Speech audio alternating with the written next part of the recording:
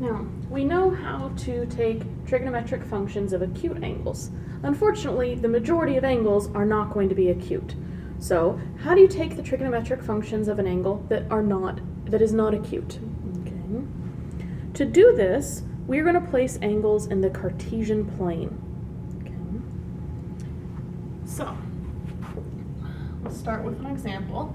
Our angles are always going to be in standard position, which means the initial side will be along the positive x-axis, and then we'll turn to the terminal side. Okay. Now, imagine this point, which has coordinates x, y, defining that angle. You can turn this into a triangle by dropping a straight line to the x-axis. It will always be aligned to the x-axis, never aligned to the y-axis. Okay. Now, this distance is always the horizontal distance to that point, or x.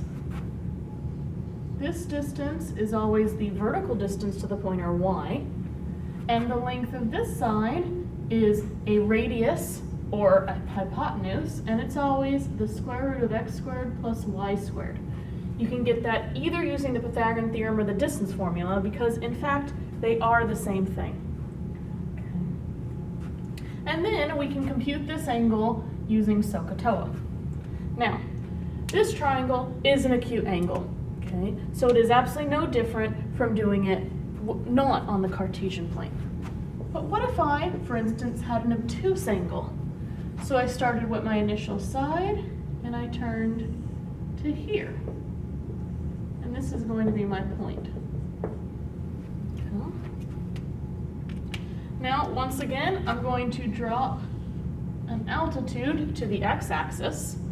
Okay.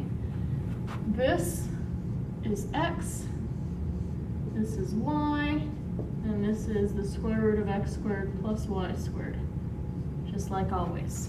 Now, using SOHCAHTOA here, okay, where we have adjacent, opposite, and hypotenuse, we can now compute the 6 trigonometric functions of an obtuse angle. Similarly, we can do it for an angle in any quadrant.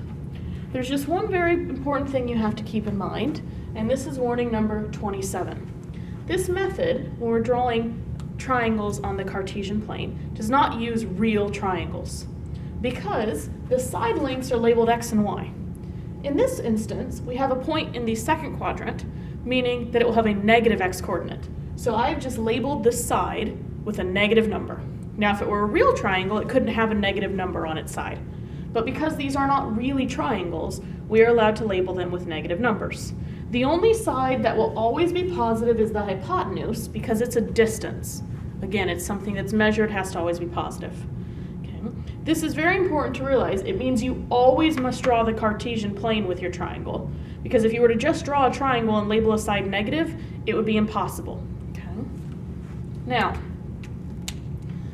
when we think about our Cartesian plane, quadrants 1, 2, 3, and 4, this means that x and y are positive or negative completely depending on which quadrants they are in.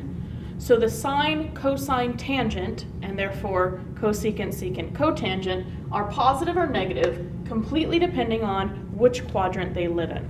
Now, there is a mnemonic to help you know which ones are positive and which ones are negative in each quadrant.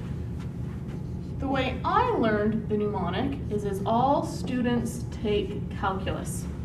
Unfortunately, all students don't take calculus. It's not a very good mnemonic. But we have a special one because if you notice, if read in a certain way, it gives the name of our school. Now, what this means, when I say all, I mean all the trig functions are positive in the first quadrant. Okay. When I say S, I mean only sine, and therefore cosecant, is positive in the first quadrant, or in the second quadrant. T means only tangent, and therefore cotangent, is positive in the third quadrant. And C means only cosine, and therefore secant, is positive in the fourth quadrant. So these letters are talking only about sine, cosine, tangent, and it tells you which one is positive, all others are therefore negative. Let's do an example calculation. I would like to find the 6 trig functions that correspond to the point 2, -5. Okay.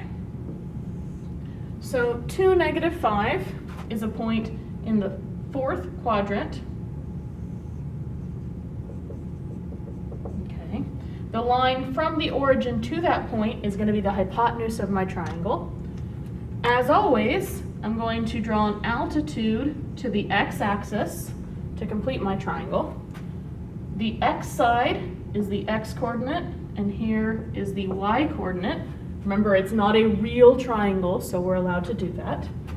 This is the angle I'm going to be doing SOHCAHTOA off of.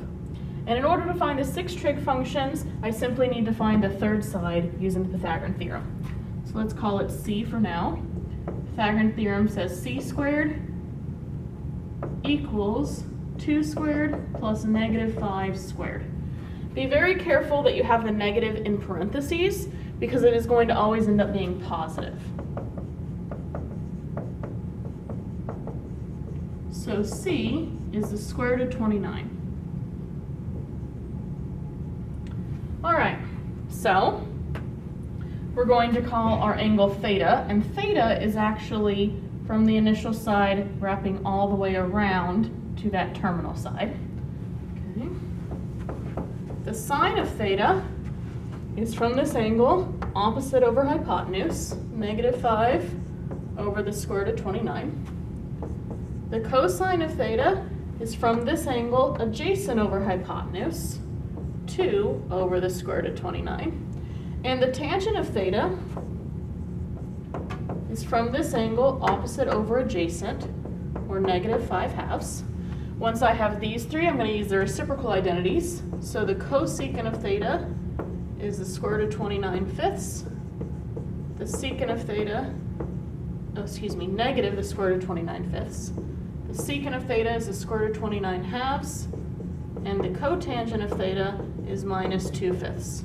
Notice that of the original three, the only one that's positive is cosine, which makes sense because I am in the 4th quadrant where only cosine is positive.